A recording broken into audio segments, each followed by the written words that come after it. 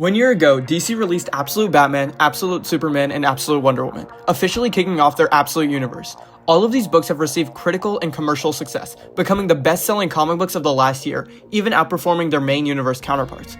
But it seems like one Absolute title has flown under everyone's radar, but is secretly rewriting the DNA of the DC cosmos: Absolute Green Lantern.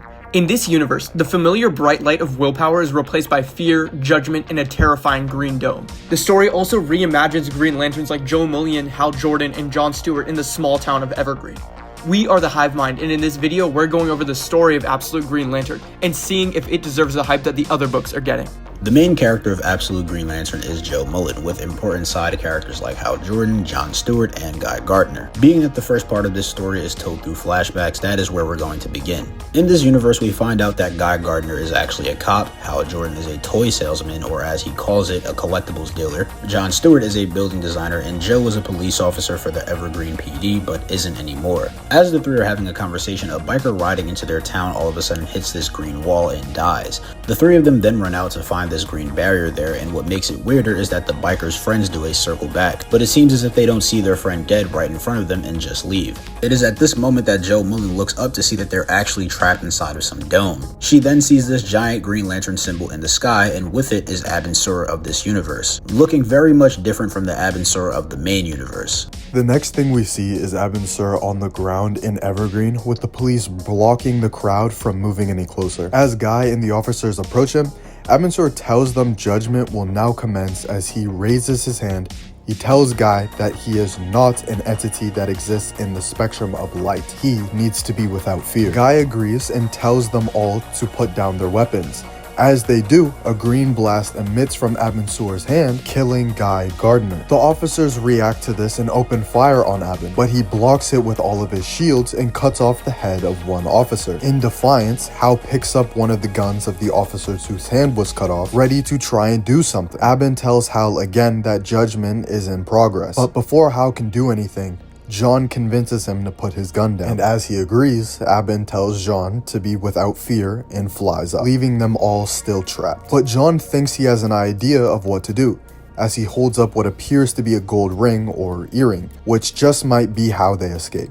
Next time we see John, he's outside still inspecting this golden ring when a friend of his named Todd walks up to him and they start talking about the situation when a van makes its way towards the green barrier, but similar to the bikers in the first issue, it's as if they don't see anything at all and they just take a 50-mile detour for no reason. That's when John tells us that the barrier has an effect on the minds of those on the outside. They just don't see it or don't think about it. Todd finally questions John about what he's holding, and John tells him that when that biker slammed into the barrier in the first issue, the earring he was wearing went through the barrier while nothing else did. He says that this is just cheap jewelry and questions why it made its way through the barrier while the biker didn't. That's when he throws the earring at the barrier and it goes straight through it to the other side. John goes to grab Joe and Hal, and it's Hal bringing one of his collectibles that's called the Blue Devil. It's a cheap plastic toy, but what's important is that it looks like gold, and due to this, it's able to make its way past the barrier. So the yellow weakness that the Green Lanterns used to have in the main universe might exist in this one as well. But instead of yellow, it's gold. This is furthered when John takes a solid gold ring and throws it at the barrier, and they get an even bigger reaction than how they did with the toy earlier. Things are finally looking up with the discovery that yellow or gold can affect the barrier. But before they can do anything, Abin Sur shows up, blasting John how he blasted Guy, giving his judgment. Todd tries attacking Abin Sur like how the officers did, but also just like the officers, he has no effect on him and he just leaves, leaving Hal to believe he has to end this, and as he walks away depressed, he starts making yellow-coated bullets. At this point, Abin Sur is continuously taking away more and more people to where it's basically just Todd, Joe, and Hal left. So they group up to go confront Abin Sur. As Abin Sur comes down to confront Joe, Hal and Todd stay hidden in the alley so Abin doesn't spot them. Joe asks him why he killed them all, but he's confused by his question as he doesn't understand them at all. Abin says the biker dying was an accident. The bystander dying because of the police officer Rita was due to her own actions, not his own. The only person who actually died to his own judgment was that officer Rita. No one else has died. All other 2,809 people have not died to his judgment. They all exist on Omega Alpha. They are all within the Omega Alpha. They are in the second stage. That judgment is still in progress. Then he mentions 3 different lights, which are Abin Rayo, Abin Sur, and Abin Hour. He needs to initiate the fight against the darkness. He says to fear Quard, fear the weaponeers of Quard. And in the main universe, Quard is a planet in the antimatter universe that is home to the weaponeers. As Abin gets ready to turn into a big-ass ball of energy and fly back into the sky, Jo reaches out with that golden ring on her hand into its non-solid form. We see a flurry of images, including Tomar too, but now wielding a fiery red light instead of the familiar green, alongside glimpses of a black star, a black planet, a green planet, and most crucially, a giant yellow eye with a square pupil, almost certainly being Sinestro. Jo realizes her solid gold ring is now inside Abin Sur's energy form, meaning she was inside his light, and now that terrifying power is inside her. Abin Sur reacts violently, screaming and labeling her an anomaly. This massive shock causes the green barrier to come crashing down and the giant Green Lantern symbol to start falling out of the sky. Thinking Jo is dead, Hal snaps and steps out to confront Abin Sur, who warns him that Jo is now an anomaly with power she doesn't understand and will be hunted. But before Abin can continue, Hal unleashes a barrage of his specially coated yellow bullets. They slice straight through Abin's shield, hitting him dead on. Hal thinks it's over, but Abin grabs his hand, delivering his final act of judgment, the Black Hand.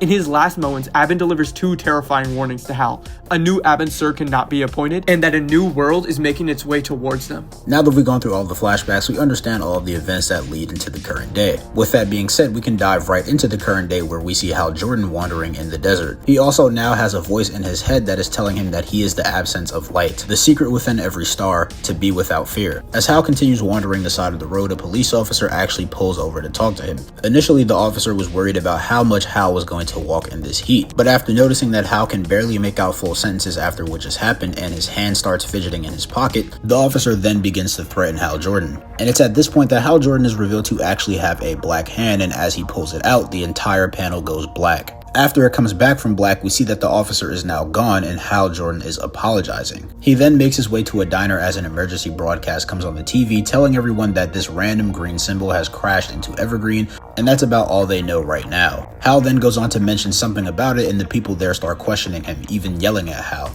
He then tries to explain what happened, but makes the mistake of saying that Abin Sur gave him a weapon, which puts everyone there on alert. One of the customers then asks Hal Jordan what's in his pocket, but Hal Jordan refuses to answer, so the customer then rips Hal's hand out, and it covers him in this black energy and completely absorbs him. Hal tried to warn the people of the diner saying that it responds to anger, but they don't listen to Hal.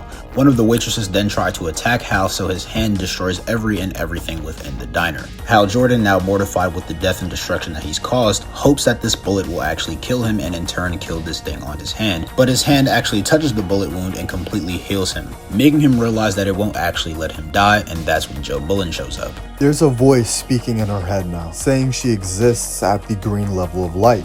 You may have knowledge of yourself to command the green flame. Hal calls out to Jo, asking what Abin Sur did to her. She doesn't know and she's seeing things, but she could also feel the pull that brought her here, and it turns out that the pull was Hal and the Black Hand. Hal warns Jo, saying that if he feels threatened, he can't hold it back. He tried with all his willpower to stop it, but he guesses that willpower isn't how this power functions. They both still don't know the rules of their own powers. As Jo and Hal are talking about what happened in Evergreen, Jo notes that the weapon Hal got was Rita's, and Hal is able to form that weapon with his black hand, likely due to the fact that he was holding it when Abin Sur gave him his power. Hal says that it's hungry, it's something alien, and it wants the light, but not just the green light. It wants any of the color of the spectrum. It doesn't just want to absorb them, it wanted to supersede it or overturn it. This old power wants to be the winner. Jo is starting to get weirded out by Hal and asks him to put the weapon away, but this isn't Hal talking anymore. He mentioned how he's trying to fight it as hard as he can.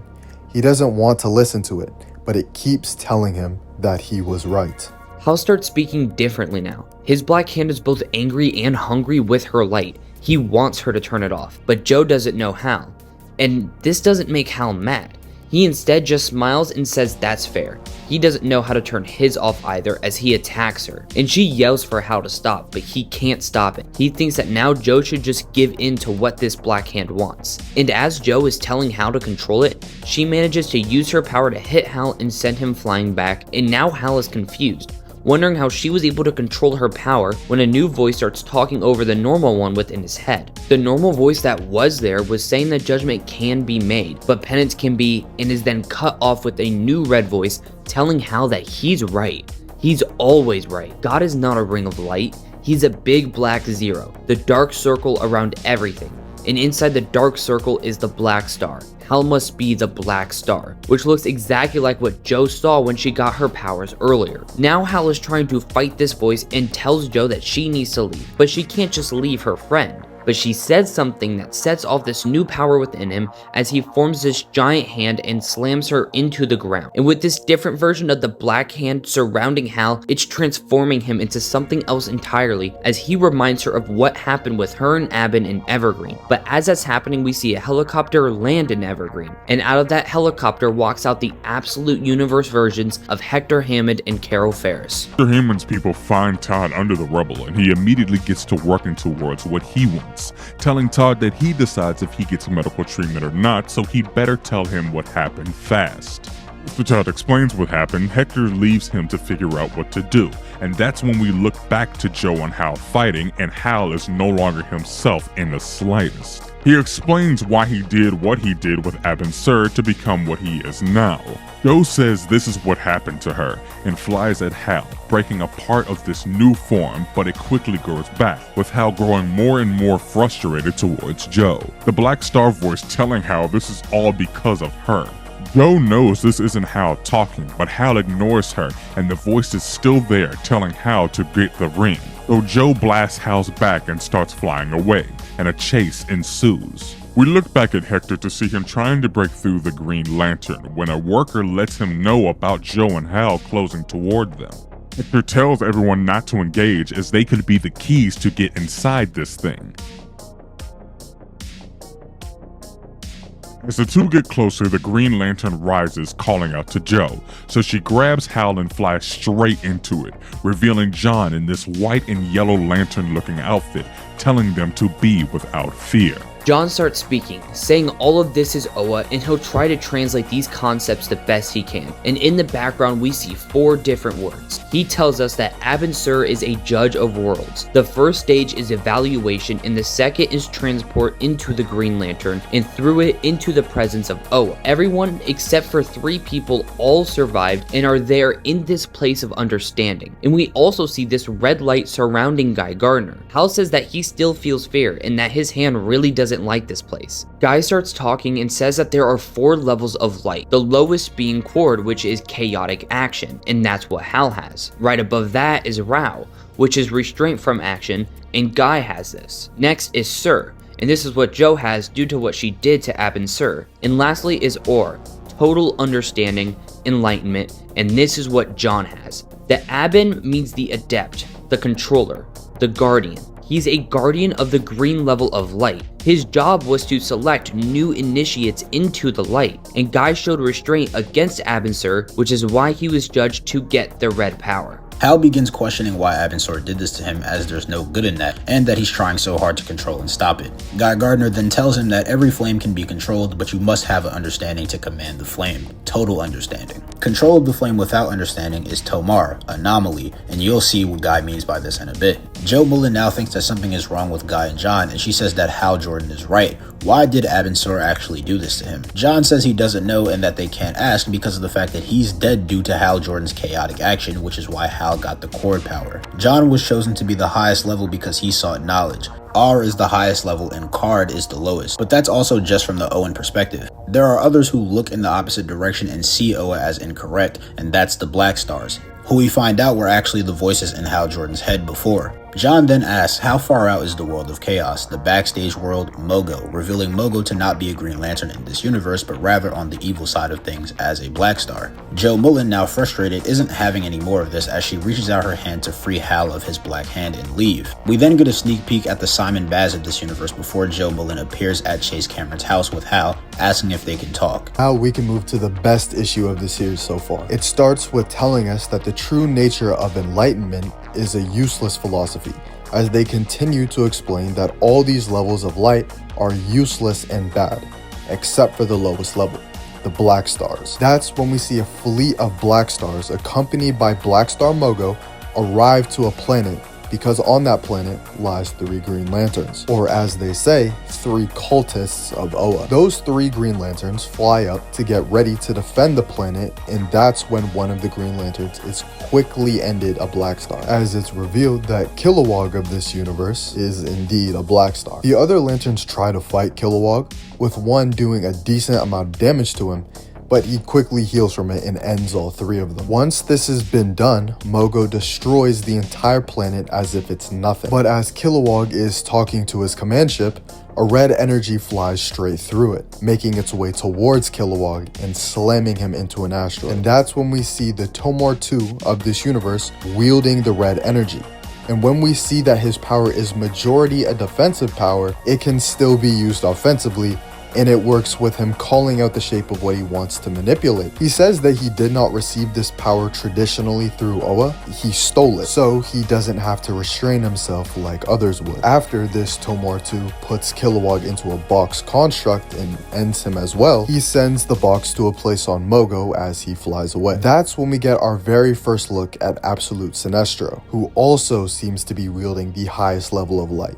Now that's the end of this video. If you guys want us to keep up on Absolute Green Lantern for future videos or any other Absolute titles, leave a like and let us know in the comments below. If you're a fan of this style content or other content towards comic books like power scaling, versus battle matchups, or just overall discussions, subscribe, and we'll catch you next week in the next video.